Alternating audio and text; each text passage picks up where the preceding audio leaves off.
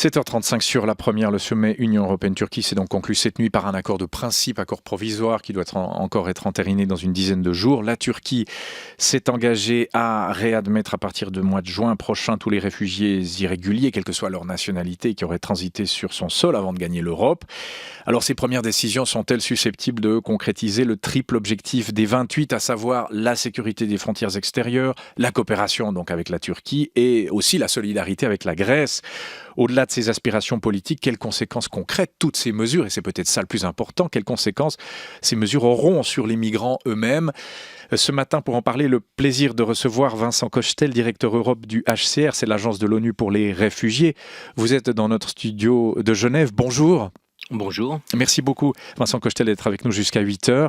La Turquie qui accepte donc de reprendre tous les migrants illégaux arrivant sur les îles grecques et surtout, c'est ça la nouveauté, même des Syriens pourraient être renvoyés vers la Turquie. Ils auront encore droit à l'asile, mais leur dossier sera traité moins rapidement. Puis en échange, c'est ça le mécanisme, en échange de chaque Syrien repris par la Turquie, l'Union européenne s'engage à réinstaller un autre Syrien déjà sur sol turc. Voilà, il fallait quand même poser le mécanisme qui n'est pas si complexe que cela. Mécanisme provisoire, je l'ai dit, il faut encore que ce soit ratifié dans une dizaine de jours. Cela dit, ce mécanisme de renvoi vers la Turquie, puis de réinstallation, et c'est la première question que je vous pose, est-ce qu'il est conforme aux conventions internationales, Vincent Cochetel ? Nous avons quelques inquiétudes sur une mesure qui viendrait à renvoyer tout le monde sur la Turquie. Il y a un certain nombre de gens qui n'ont pas accès à la protection en Turquie. Quand on parle des Syriens, il est bien sûr la Turquie est le plus grand pays d'asile au monde, avec plus de 2 600 000 réfugiés syriens sur son territoire.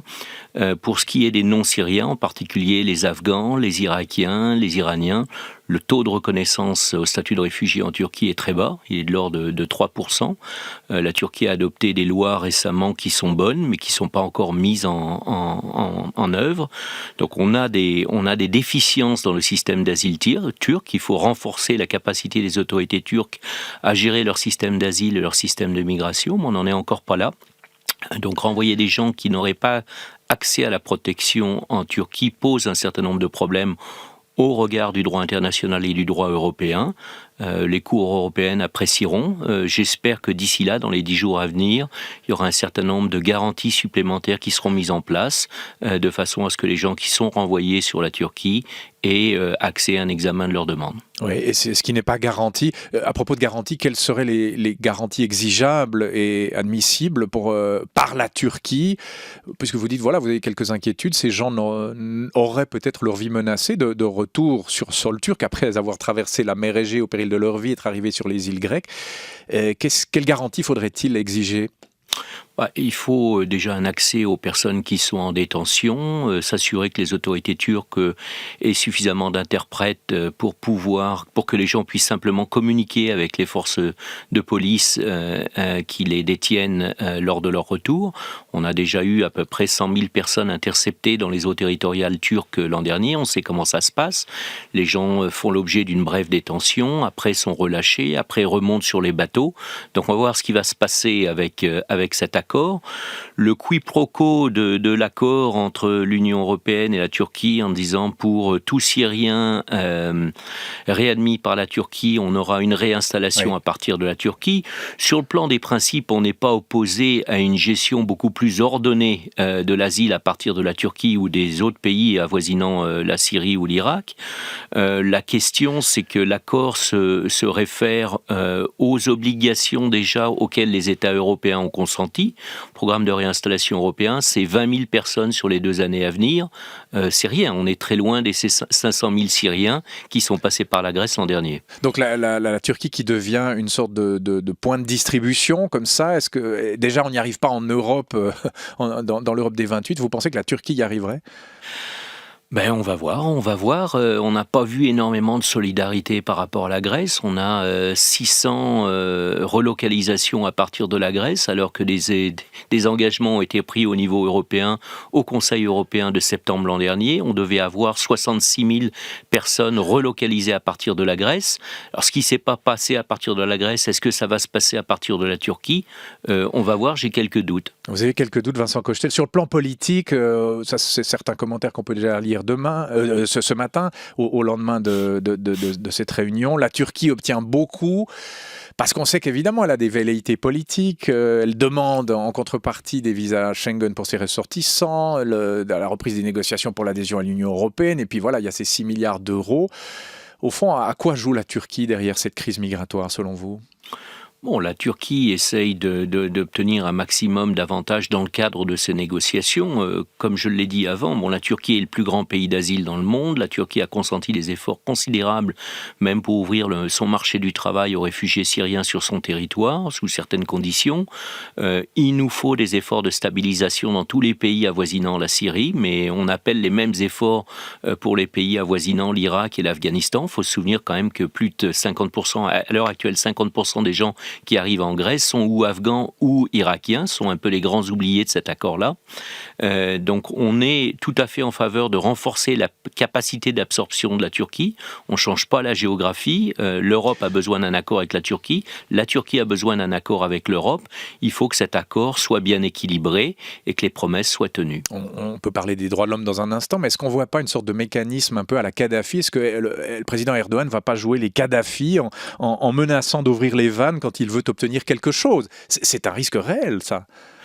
Je ne vais pas répondre directement à la question, mais bon, les vannes sont ouvertes. Il est certain que les autorités turques ont fait des efforts pour essayer de combattre le trafic d'êtres humains. Il y a eu des arrestations, il y a des interceptions, mais il y a des jours comme avant-hier, on a encore 2400 arrivés sur les îles grecques, hier un peu moins, le jour d'avant un peu moins, mais c'était à cause du temps. On a une moyenne de 2000 personnes qui arrivent sur les îles grecques par jour. Donc il est certain qu'il y a encore beaucoup de mécanismes en place qui favorisent le départ de gens à partir de la Turquie. Donc la Turquie peut faire un travail supplémentaire, des efforts supplémentaires pour éviter les départs irréguliers de sa côte ouest. Maintenant, savoir s'il y a une intention politique qu'on peut prêter aux dirigeants turcs d'ouvrir les vannes ou pas, j'irai pas jusque-là. La plupart des gens qui quittent la Turquie ne sont pas restés en Turquie. 75% des Syriens arrivant en Grèce ne sont pas restés en Turquie. Ils sont passés par la Turquie, mais ils n'ont pas obtenu l'asile en Turquie, ils n'ont pas demandé l'asile en Turquie. La question des droits de l'homme, Vincent Cochetel, à son arrivée au sommet, le président François Hollande a appelé à une coopération plus poussée avec la Turquie, pas à n'importe quel prix. Il a dit, ce sont ses termes, la liberté de la presse doit exister partout. Évidemment, il a fait référence à la récente mise sous tutelle du journal d'opposition turc Zaman. On a un peu l'impression que la question des droits de l'homme passe au second plan. L'objectif suprême, c'est pas cacher ces réfugiés que je ne saurais voir. Je ne vais pas répondre à cette question qui est éminemment politique. Il est évident qu'il nous faut, tant en Turquie qu'ailleurs, il faut que les autorités turques s'engagent aux obligations qui sont les siennes en matière de droits de l'homme, sur la base de la Convention européenne des droits de l'homme et d'autres instruments existants. Mais ça s'applique aussi à l'Europe. L'expulsion massive d'étrangers est interdite par la Convention européenne des droits de l'homme. Et on peut lire l'accord d'hier avec quelques inquiétude dans ce domaine. On parlera de la Grèce dans un instant. Est-ce que tout cela, tout ce qui a été mis sur la table cette nuit, pas encore décidé, entériné, je l'ai dit, il faudra encore que ce soit confirmé dans 10 jours, est-ce que tout ça va endiguer le flot migratoire ? Est-ce qu'il y aura un effet dissuasif ? Est-ce que c'est pas un peu naïf d'imaginer qu'il y aura un effet dissuasif puisque l'immigration économique existera toujours, Vincent Cochetel ? Bon, il y aura un effet dissuasif. Il y a un certain nombre de gens qui ne vont plus quitter la Turquie pour aller en Grèce. Ça, on peut le penser dans le court terme. Maintenant, les effets long terme ne vont pas disparaître. Aucune des crises dont on parle, la Syrie, l'Irak, l'Afghanistan, ne sont réglées. On peut très bien imaginer assez rapidement, pour les plus fortunés, ou pour ceux qui ont de la famille à l'étranger, un mouvement pendulaire qui va consister à un certain nombre de Syriens et d'Irakiens de repartir par la Méditerranée centrale, donc via l'Égypte, via le Soudan pour aller en Libye et partir sur les bateaux en Méditerranée centrale. Et là, la question du retour sur la Libye ne se pose pas dans les mêmes termes qu'un retour sur la Turquie. Donc il faudrait parler avec la Libye. Difficile quand on connaît le contexte politique actuel. Est-ce que c'est envisageable ? Très difficile dans le contexte actuel, parce qu'il faut parler à plusieurs Libyes. Il y a commencer. Au moins 2 Libyes, oui. Daesh contrôle maintenant une partie du littoral de la côte libyenne. On a conscience qu'il y a un certain nombre de mouvements d'Afrique de l'Est qui ont repris vers la Libye. Donc il est fort à penser qu'on aura plus d'arrivées à partir de la Méditerranée centrale quand les eaux de la Méditerranée centrale seront beaucoup plus praticables au trafic maritime. Ouais, c'est la physique des fluides. Quand on ferme un front, il y en a un autre qui s'ouvre. C'est véritablement à cela qu'on assiste. Dans la presse, justement, Valérie Drouet et Esther Coco sont avec nous et lisent la presse suisse tous les matins. La crise migratoire côté grec, des migrants aidés et instrumentalisés aussi. Oui, on en parlait dans le journal de 7 heures. Un analyste politique grec estimait qu'Athènes ne devait pas chercher à marchander une solution pour les migrants avec l'Europe contre moins d'austérité qu'elle devait assumer. Alors pourtant, c'est bien ce qu'elle va faire, estime un autre analyste dans Le Temps ce matin. Il y aura un donnant-donnant autour des migrants. Il voit mal, dit-il, Athènes accepter des camps sans contrepartie. Et la population va dans le même sens. Nous sommes l'honneur de l'Europe, dit une femme, alors qu'elle, l'Union, abandonne les migrants. Le devoir de l'Europe, c'est de nous aider à bien les recevoir, dit une autre. Les élans de solidarité des Grecs sont certes culturels, mais ils veulent aussi, les Grecs, montrer aux Européens, si méprisants à leur égard lors de la crise, qu'ils méritaient mieux. Est-ce que c'est à cela qu'on assiste, Vincent Cochetel? Athènes cherche à marchander une solution pour les migrants avec l'Europe contre moins d'austérité. Est-ce que ce serait condamnable, le cas échéant? Il faut aider la Grèce. Les résultats du sommet d'hier parlent d'un renforcement de la capacité des autorités grecques à gérer le problème. C'est pas la première fois que le Conseil européen se prononce là-dessus. Si la moitié des décisions du Conseil européen de l'an dernier avaient été appliquées, on n'en serait pas là aujourd'hui. On a 30 000 personnes sur le territoire grec aujourd'hui. Cela n'aurait pas dû être une urgence. 30 000 personnes sur le territoire d'un État européen, c'est tout à fait gérable. Pourquoi c'est une urgence? C'est une urgence parce qu'il y a eu un manque de préparation au niveau des autorités grecques.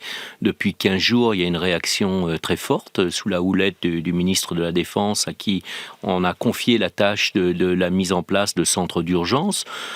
C'est une bonne mesure. Maintenant, il faut s'assurer qu'on ait une soupape de sécurité. Cette soupape de sécurité existe dans les accords que l'Europe a signés. C'est le plan de relocalisation.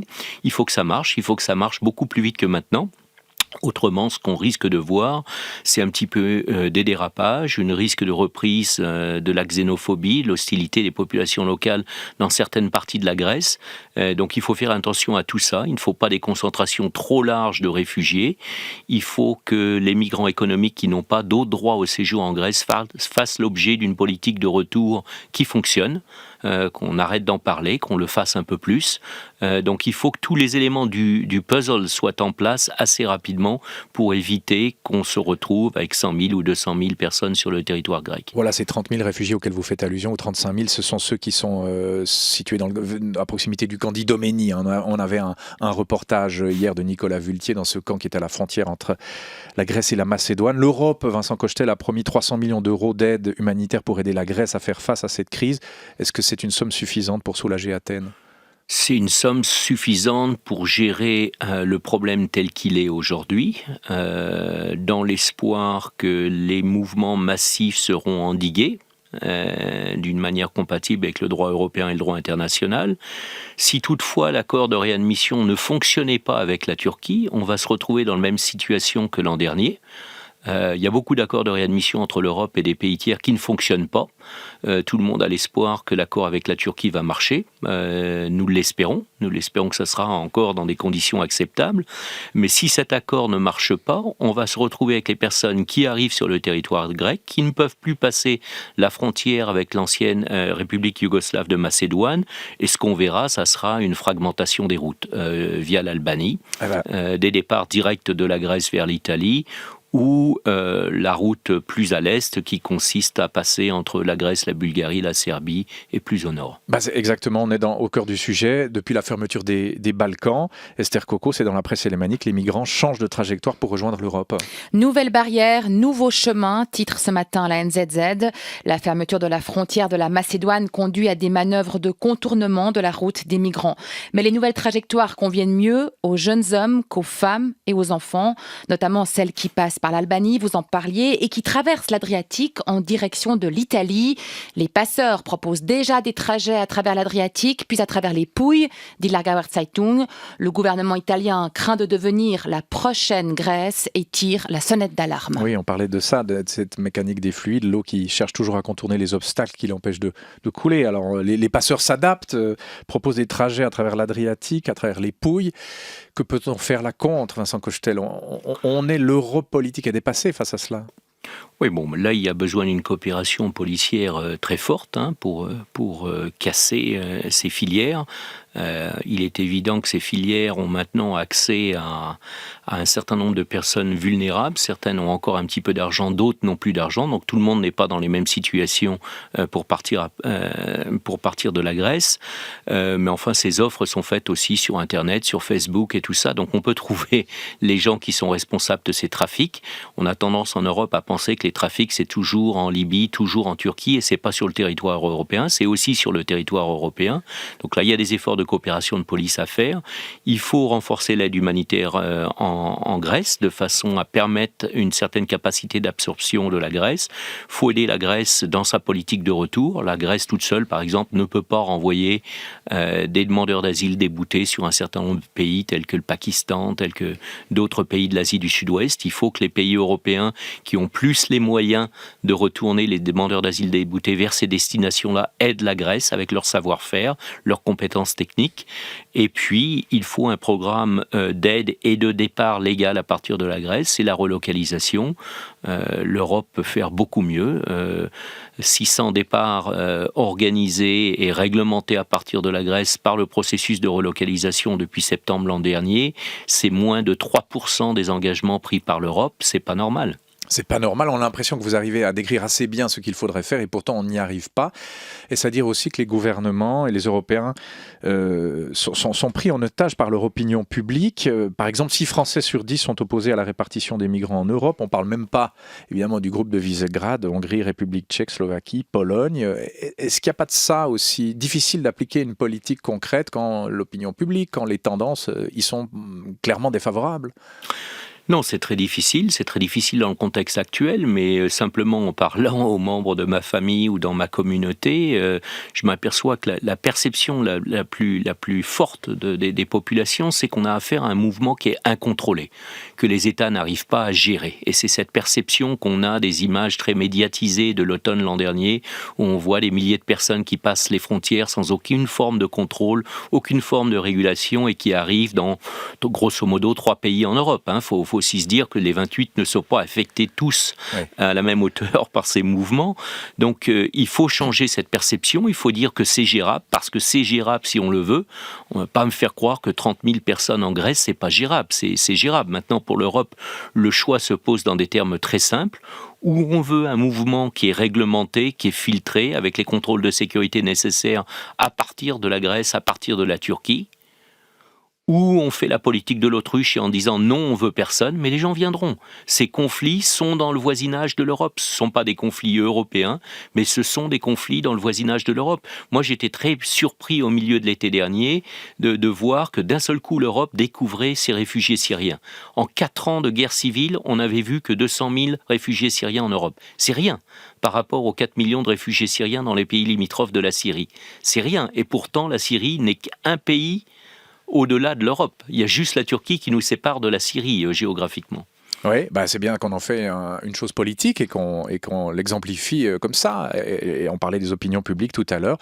Il y a certains qui aident les migrants, notamment les églises, a priori, les églises qui devraient être un lieu de refuge, mais qui ne sont pas toujours un lieu de refuge pour les migrants. Dans la presse alémanique, on peut lire ça, Esther Coco. Les églises comme lieu de refuge n'existent plus depuis longtemps sur le plan du droit, mais l'irruption de la police dans l'église de Mattauskirche à Bâle, avec l'autorisation des responsables du lieu pour arrêter 8 requérants d'asile, suscite une demi-page de commentaires dans la Basler Zeitung.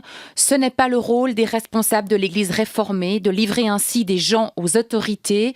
Le conseil de l'église réformée de Bâle aurait dû apporter son soutien à ces demandeurs d'asile jusqu'à ce qu'une solution acceptable soit trouvée pour tout le monde et rester ainsi fidèle à son message chrétien. Bon, vous êtes du côté de l'ONU et du HCR, Vincent Cochetel. Les églises qui livrent des migrants à la police, est-ce que vous avez un commentaire à faire ? Est-ce que toutes les églises devraient accueillir tous les migrants ?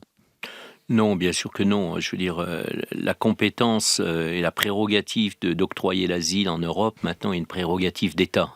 Au Moyen-Âge, c'était différent. Les églises étaient des sanctuaires et protégeaient les gens persécutés. Aujourd'hui, on voit ce mouvement un petit peu dans un certain nombre de pays européens où les églises se retrouvent en structure d'accueil pour les demandeurs d'asile. Bon, il faut faire attention. C'est à l'État de gérer ces problèmes-là avec les communautés locales, les églises et un certain nombre d'organisations non gouvernementales ont fait des efforts remarquables, y compris en Suisse, pour répondre à une augmentation de la demande et à des problèmes d'hébergement importants.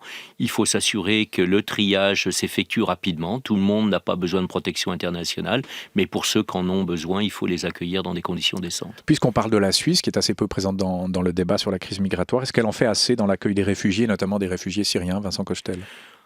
La Suisse s'est engagée, même au niveau européen, à un moment donné, en matière de réinstallation. On pense que la Suisse va s'engager dans ce domaine-là. Et la Suisse suit beaucoup ces débats européens, compte tenu de la vulnérabilité de sa situation géographique. Sur le plan de l'accueil des Syriens, on souhaiterait que la Suisse ait un taux de reconnaissance un peu plus élevé pour les Syriens au regard de la Convention de Genève de 1951. Beaucoup de Syriens obtiennent protection en Suisse, mais pas la protection de la Convention de 1951. C'est un point de détail un petit peu juridique, mais bon, la plupart des gens qui quittent la Syrie sont des réfugiés au sens de la Convention de 51. Donc la Suisse devrait en faire plus. Vous avez pris langue avec les autorités suisses sur ce point-là ? Oui, nous rencontrons les autorités suisses régulièrement. Nous avons des discussions. Il y a une réflexion interne au niveau des autorités suisses sur cette question-là. J'ai bon espoir que ces discussions aboutissent dans la pratique. On le voit déjà. Alors on peut parler de la guerre en Syrie et des solutions qui permettraient de l'arrêter. Oui, alors il y a 6 principes, paraît-il, qui permettront d'y mettre fin. C'est le credo, en tout cas, du professeur de l'université de Columbia à New York, Jeffrey Sachs, dans le temps. Alors par exemple, je ne vais pas vous les donner les 6, par exemple, il y a l'arrêt des opérations américaines pour renverser le gouvernement syrien, l'arrêt aussi de toutes les activités paramilitaires, une transition politique progressive et pas précipitée. Et puis enfin aussi un ordre stable dans la région, ordre stable établi par les puissances voisines de la Syrie et pas les puissances extérieures. Comment arrêter cette guerre, Vincent Cochetel ? Avez-vous une piste personnelle, peut-être parmi celles qui viennent d'être évoquées ?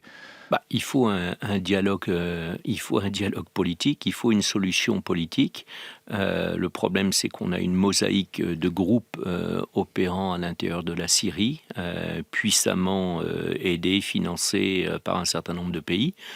Et puis qui ont acquis eux-mêmes la capacité de continuer les combats pendant longtemps en Syrie. En même temps, je dirais, nous, sur le plan humanitaire, on est une organisation humanitaire, il faut renforcer la capacité d'assistance pour les Syriens qui sont déplacés à l'intérieur de leur propre pays. C'est plus de 6 millions de Syriens sont déplacés. C'est des gens qui ont fait le choix de rester en Syrie malgré toutes les difficultés qui existent. Donc il faut un accès à ces populations, il faut un renforcement de tous les services d'assistance de façon à ce que ces gens-là puissent rester dans leur pays puisque c'est leur choix. Un dernier mot sur l'Allemagne, Esther ? Plutôt échoué que capitulé, la Neue Luzerner Zeitung revient sur la position d'Angela Merkel au sommet de Bruxelles sur la migration. Pour la CDU, le parti d'Angela Merkel, la réussite de ce sommet est cruciale, car dimanche prochain, 3 Länder élisent leur nouveau parlement, dont le Bade-Württemberg, et 2 tiers de cet électorat a dit dans un sondage croire que leur pays, l'Allemagne, pouvait surmonter la crise migratoire. Il y a un peu d'électoralisme derrière les positions de Mme Merkel, Vincent Cochetel. Il y a beaucoup d'échéances électorales dans plusieurs pays européens qui certainement ont un impact sur la position prise par les chefs d'État hier. Oui, ceci explique aussi cela. On revenait à la politique interne et aux opinions publiques. Merci beaucoup d'avoir été notre invité. De rien. En direct de Genève, vous êtes le directeur Europe du Haut Commissariat aux réfugiés.